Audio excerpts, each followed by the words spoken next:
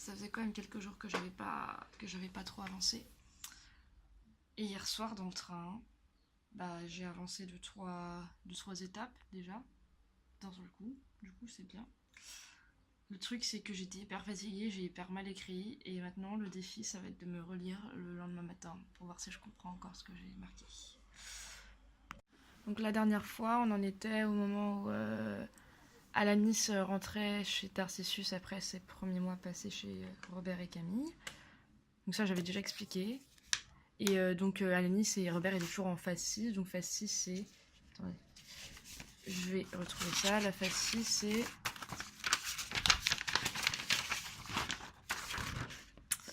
les tests alliés et ennemis. Et donc oui, donc Robert sont tous les deux... Robert et Camille... Et Alanis, pardon. Robert et Alanis sont tous les deux dans cette phase-là. Donc dans le passage... Donc dans ce que j'ai chapitré entre guillemets F... donc c'est après que Alanis rentre de chez Tarcisius. Donc en gros, le premier mot que j'ai écrit dessus c'est plage. Parce que en fait j'ai eu envie. Pas comme quelque chose dont on aurait vraiment envie, mais en fait j'ai senti que... Ah, comment dire ça? Mais en tout cas je voulais faire une scène à la plage. Et ça deviendra... Enfin la plage ça deviendra un lieu ou une scène récurrente. Comme la scène de l'orage sera, parce que je sais pas si on a déjà parlé de la scène de l'orage, mais c'est une scène où juste après c'est pendant les 2 tout premiers mois que Alanis et Tarcisius passent ensemble.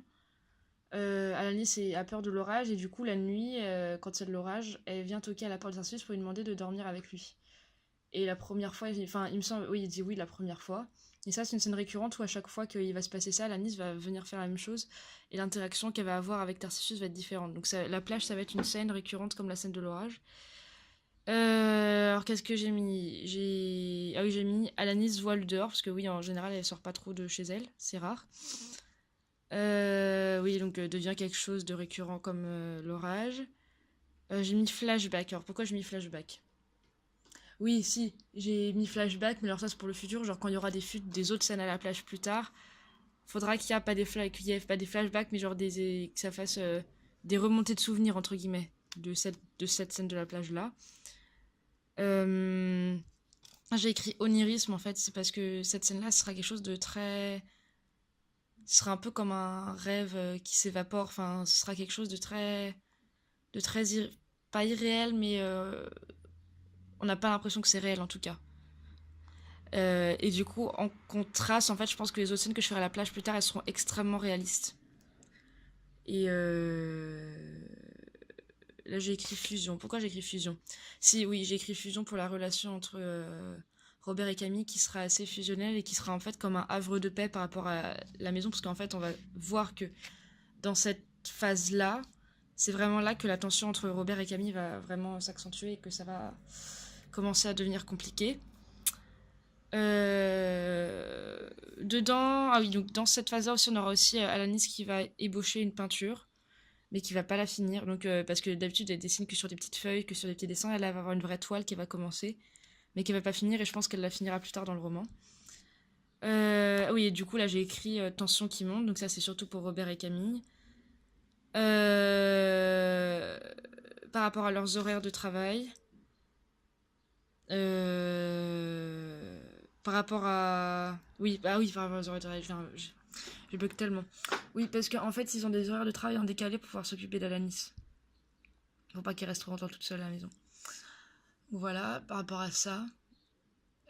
Certainement par rapport au fait que Camille va rentrer plus tard que ce qu'il est censé rentrer ou ce genre de choses. Alors ça, amour dans la crise, c'est sûr, ça fait un peu niais, mais je me comprends. C'est... Alors comment décrire ça? Tu sais, c'est ce genre de crise de nerfs, de crise d'énervement, où en fait à la fin ça finit en crise de larmes, mais en crise de larmes à la fois triste, à la fois heureuse, je sais pas comment dire, mais voilà, c'est ce genre de scène là que je veux, une fois, hein, pas 15 fois, hein, parce que de toute façon l'histoire va mal se... Enfin, l'histoire entre Camille et Robert va mal se finir, hein, donc ça va pas être en mode tout est bien qui finit bien. Donc ça, c'était pour la phase F. Donc le chapitre, entre guillemets, G.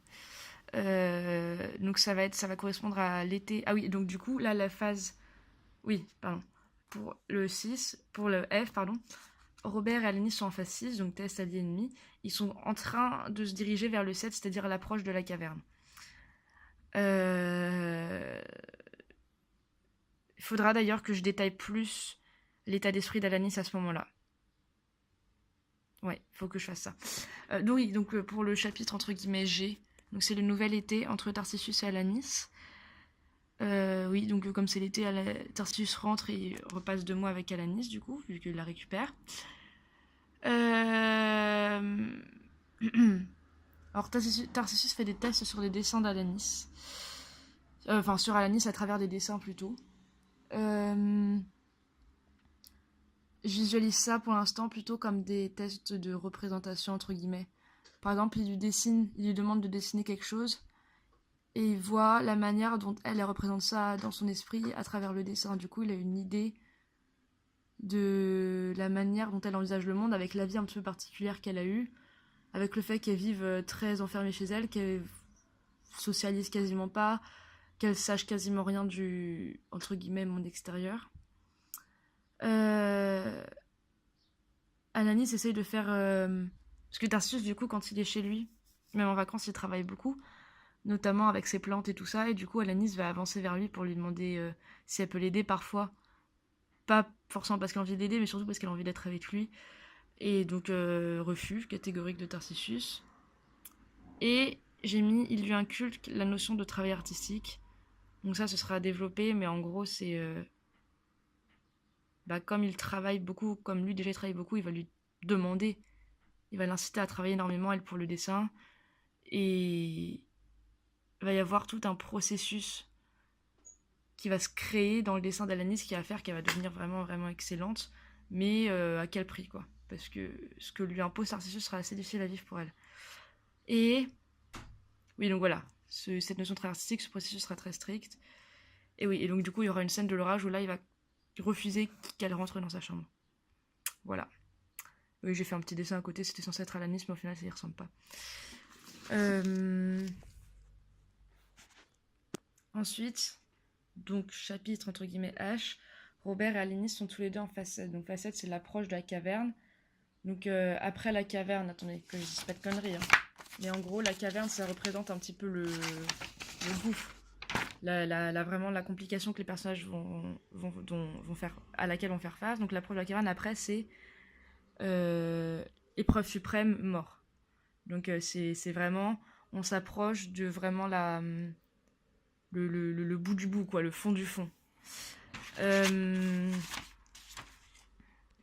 Donc Robert et Camille, oui, donc pendant l'été, ils seront partis ils auront fait un voyage. On va pas savoir ce qui s'est passé exactement dans le voyage, mais quand ils vont rentrer, il va y avoir vraiment quelque chose de très, très différent entre eux. Ça va changer radicalement. Mais on sait pas pourquoi. On le saura dans un autre roman d'ailleurs, mais pas dans celui-là. Du coup, leur relation, ça va être très froid, très sec. C'est assez violent, mais psychologiquement assez sexuel, mais genre pas... C'est pas doux, c'est très... c'est presque malsain. Et... donc oui, Alanis, ça la perturbe très profondément. Alors, comment je vais montrer ça peut-être à travers le fait qu'elle parle plus, je sais pas encore.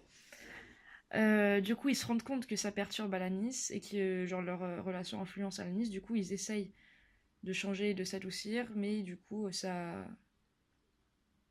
marche pas trop, quoi. Voilà. Voilà, donc c'est tout pour l'instant. J'ai hâte d'avancer parce que ça me manque vraiment, genre d'écrire vraiment, genre littéralement d'écrire. Parce que là, je fais la préparation du travail d'écriture entre guillemets. Donc voilà, j'ai hâte d'avancer plus.